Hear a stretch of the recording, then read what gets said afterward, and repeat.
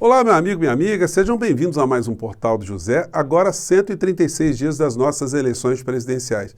E o presidente da República está absolutamente sem controle, sem limite, ele está absolutamente demonstrando um desespero que, se antes tinha algum tipo de eco na sociedade por temor de um envolvimento das Forças Armadas, na medida que esse temor em relação ao afastamento das Forças Armadas, das insanidades, vai se dando, cada vez mais o seu desespero e a sua tentativa de transformar os seus seguidores, os seus eleitores, não mais em apoiadores e agora sim em aprendizes de criminosos para conspirarem contra o resultado das eleições aqui no nosso país, a cada dia esse tipo de estratégia fica mais evidente.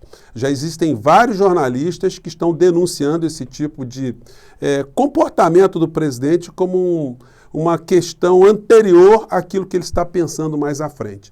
Mas será que ele vai ter algum tipo de sucesso? É para a gente ficar com muito temor ou é para a gente continuar a denunciar esse tipo de situação, sobretudo aos eleitores de Bolsonaro? A maior parte dos eleitores de Bolsonaro, e nós conhecemos muitos, né, estão nas nossas famílias, nos nossos ambientes de trabalho, são conhecidos.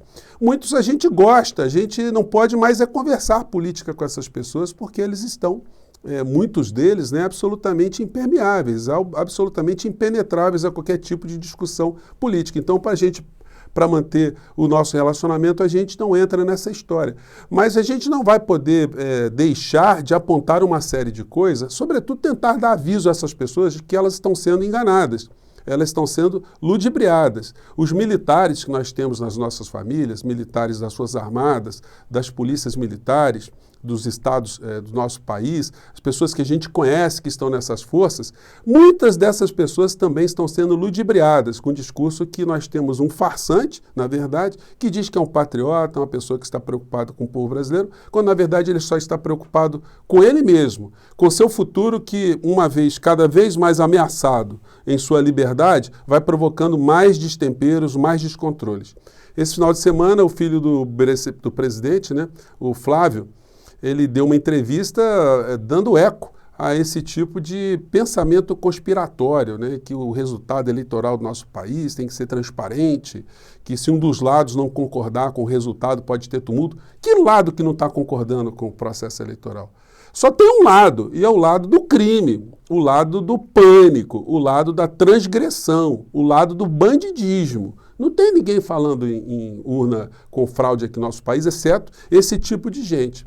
Então, eles estão preparando de fato um terreno, não para ter um golpe aqui no nosso país, mas para termos uma baderna, termos uma bagunça.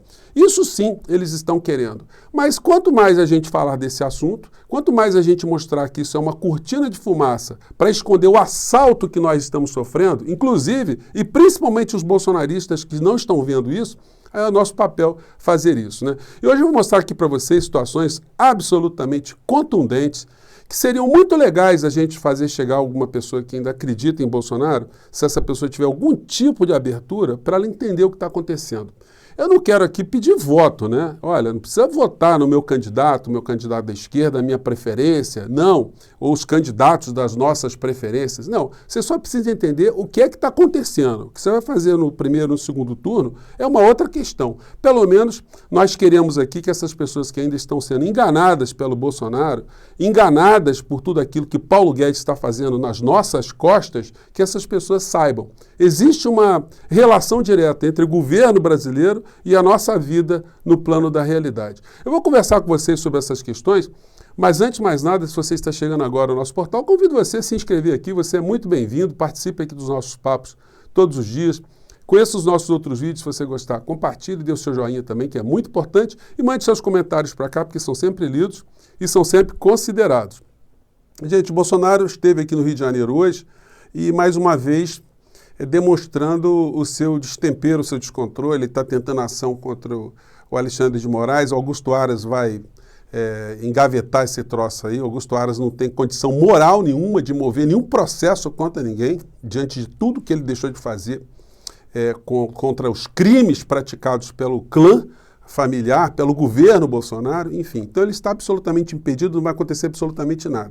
Mas o Bolsonaro continua a tentar transformar os seus eleitores em baderneiros, né? Jogando sementes da discórdia, instabilidades. Isso dentro de uma economia que já está deixando muita gente irritada, ele pode acabar engabelando uma pessoa ou outra. Nada como a gente jogar a verdade para que as pessoas percebam que, se elas fizerem alguma coisa, elas estarão absolutamente na rota de pararem na cadeia, antes até do que o próprio presidente da República. Disse ele, Bolsonaro fala em suspeição de eleições caso ocorra algo anormal. Gente, que discurso mais bandido, né? E ele tentou trazer as Forças Armadas para esse tipo de aventura, mas todos os colunistas, setoristas de Forças Armadas, de segurança, já estão conversando há muito tempo com oficiais da ativa, generais, pessoas importantes que não estão caindo nessa milonga. As esposas dessas pessoas vão aos supermercados, os seus filhos, os seus genros, as suas noras, estão indo ao supermercado, estão abastecendo seus veículos, ou se ainda tem veículos, né, estão ficando muito chateados com os preços que estão pagando ali. As pessoas estão vendo a realidade que está acontecendo no nosso país e muitos já começam a perceber isso que eu falo para vocês todos os dias. Nós não temos um governo, nós temos ali um biombo, um fantoche, porque governo mesmo é aquilo que Paulo Guedes está fazendo contra o povo brasileiro. Como é que pode um presidente da República dizer que não entende nada de economia, como ele tem falado reiteradamente, e ter colocado o nosso país nas mãos de alguém que não foi eleito pelo povo brasileiro, que é o caso do senhor Paulo Guedes, que é uma pessoa que veio da ditadura Pinochet, um homem que era uma pessoa pobre, virou um bilionário, especulando com dinheiro público, com dinheiro em paraíso fiscal, e estamos conversados? É assim que funciona? Bom, o passaporte de Paulo Guedes para estar onde ele está veio pela família Marinho, já que ele é colado com os marinhos das organizações Globo, e aí a gente pode entender muito a omissão dos grandes veículos de comunicação a uma série de falcatruas que estão acontecendo em pleno céu aberto.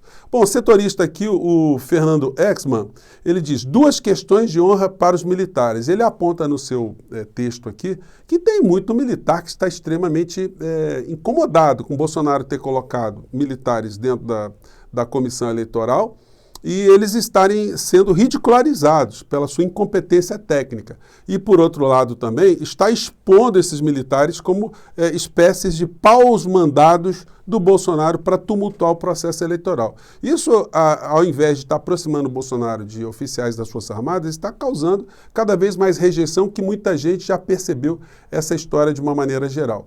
E a gente vê as coisas que eu estou falando para vocês aqui nos telejornais. O Paulo Guedes diz que inferno da inflação passou e que é natural ele seguir no cargo se Bolsonaro for reeleito. Gente, inflação já passou? Bom, o que o Paulo Guedes diz não se escreve, né?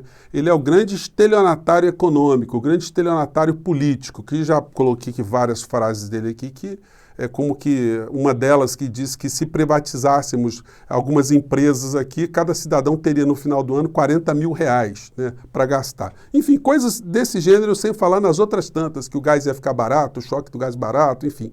Quando ele diz que o inferno da inflação já passou, é porque ele não mora no Brasil. Porque o dinheiro dele está guardado lá fora, né? Está em paraísos fiscais. Ele está indo ao supermercado. Você já viu Paulo Guedes em algum supermercado? Vamos fazer uma volta, vamos convidar o Bolsonaro e o Paulo Guedes para dar uma volta dentro do supermercado, conversar com as pessoas que estão ali diante dos freezers da carne, para essas pessoas darem opinião, se elas vão gritar mito. E isso está sendo demonstrado pelos veículos, o mais importante do nosso país? Não. Falei com vocês, ontem a gente teve um julgamento que eu vou falar com vocês no Tribunal de Contas da União sobre a privatização da Eletrobras, que é um escândalo, é um dos escândalos mais cabeludos que já aconteceram no nosso país. E simplesmente isso está sendo ocultado do povo. Ontem no principal telejornal do Brasil, os outros também vão na mesma linha, o Jornal da Bandeirantes, da Record, da SBT, todos vão na mesma linha. Todos estão defendendo os mesmos interesses. Os acionistas, os grandes bilionários que estão fazendo negócios às custas do sacrifício do povo brasileiro. Bom, no meio dessa história, eles falaram alguma coisa de relevante que possa ter despertado algum tipo de de crítica ao que está acontecendo, ao assalto que está acontecendo. Gente, os caras estão mexendo no nosso poste de luz, eles estão mexendo na nossa tomada, eles estão mexendo na nossa conta que a gente paga todos os meses. Eles estão nos obrigando a sermos mais econômicos ainda. Então, como é que isso não é relevante? Eles mexerem num patrimônio nacional que foi construído ao longo de décadas aqui no nosso país, um parque gigantesco de energia, enfim. Isso está sendo negociado como se fosse uma coisa de menor importância. Eles deram mais valor a esse assunto aqui. Vamos acompanhar rapidamente. Águas poluídas estão afetando a saúde de tartarugas no Paraná. É no canto dessa ilha, no litoral paranaense, que as tartarugas... Gente, essa matéria sobre a saúde das tartarugas foi 8 vezes maior em tempo do que o que eles deram para tratar da privatização da Eletrobras. Foi um negócio assim ridículo. Foram 36 segundos que eles falaram aqui da privatização da Eletrobras. E aí eu fui dar uma olhada na sessão do Tribunal de Contas da União. Foi uma sessão que teve 4 horas e 35 minutos.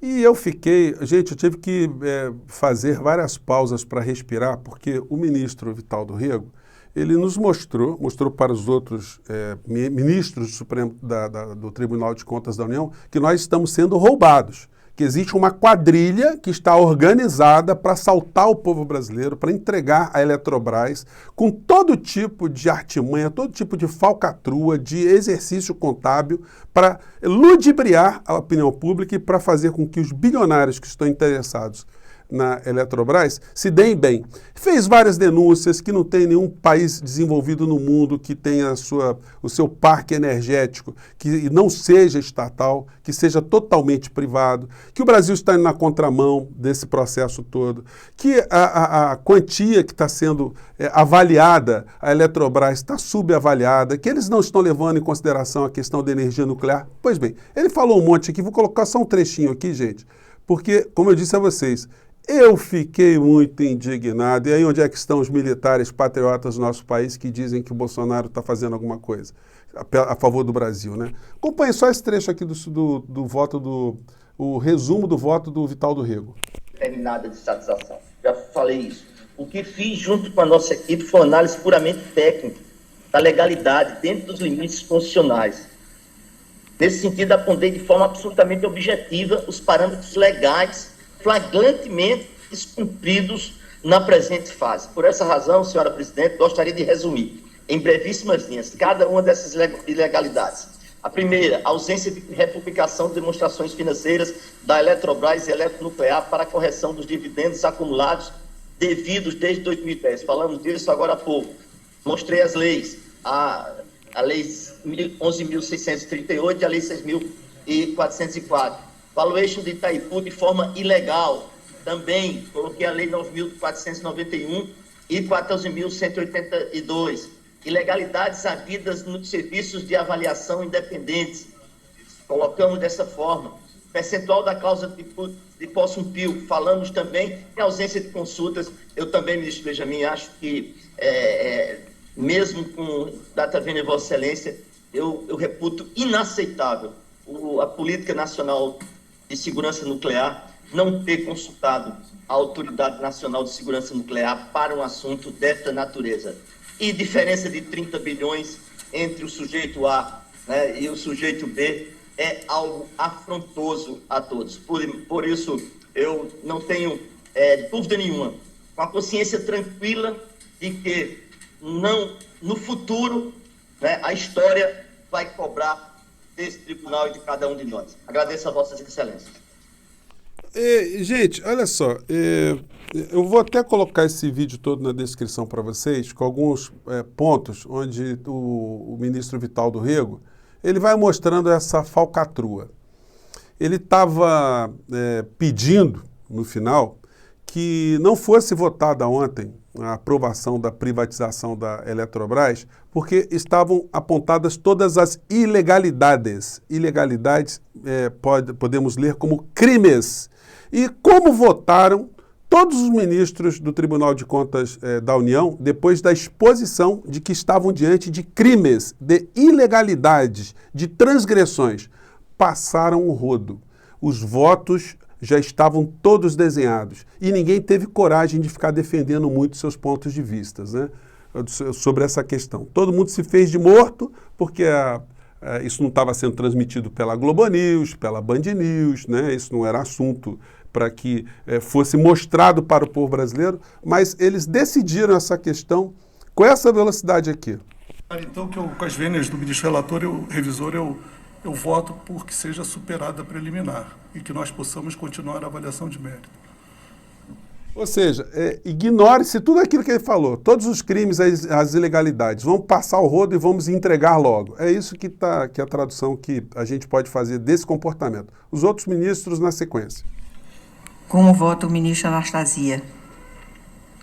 Muito obrigado, senhora presidente, senhores ministros, senhor procurador-geral.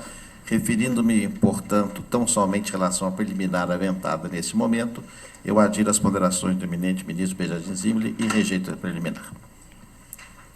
Como vota o ministro Bruno Dantas? Já votou? Ministro Jorge Oliveira. Agradeço, senhora presidente. De igual modo também, apenas atendo à preliminar citada. Acompanho a manifestação do ministro Zimmerli e do ministro... Esse ministro aí, o Jorge Oliveira, era chefe de gabinete do presidente da República, né?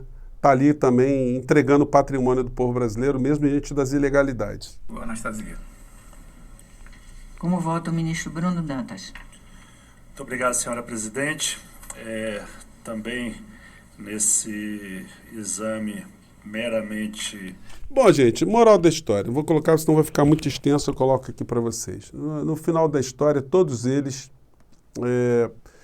ignoraram todos os alertas. Gente, é impressionante quando você assiste a sessão toda, a exposição do ministro Vital do Rego. Ele vai colocando ponto por ponto onde é que está havendo a transgressão, as transgressões, as falcatruas. E mesmo assim, todos eles se fingiram de surdos e simplesmente falaram, olha, vamos ignorar tudo isso, segue a votação e aprovaram para que o governo faça a entrega da Eletrobras. Evidentemente, isso está sujeito ainda a discussões jurídicas aqui no Brasil, fora do Brasil, e a gente espera que os deputados, os candidatos à presidência da República se coloquem em relação ao que querem fazer diante dessa falcatrua que está sendo feita, está sendo montada contra o povo brasileiro.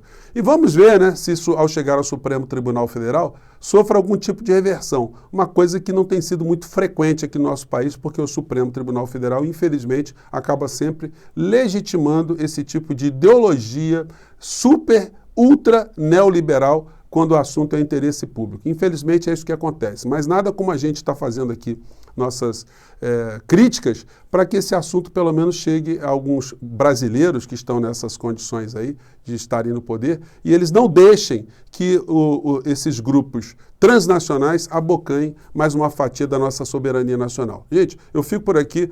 Mais uma vez, um grande abraço, obrigado por vocês estarem aqui. Vamos continuar na luta, é assim que se faz, tá bom? Um grande abraço.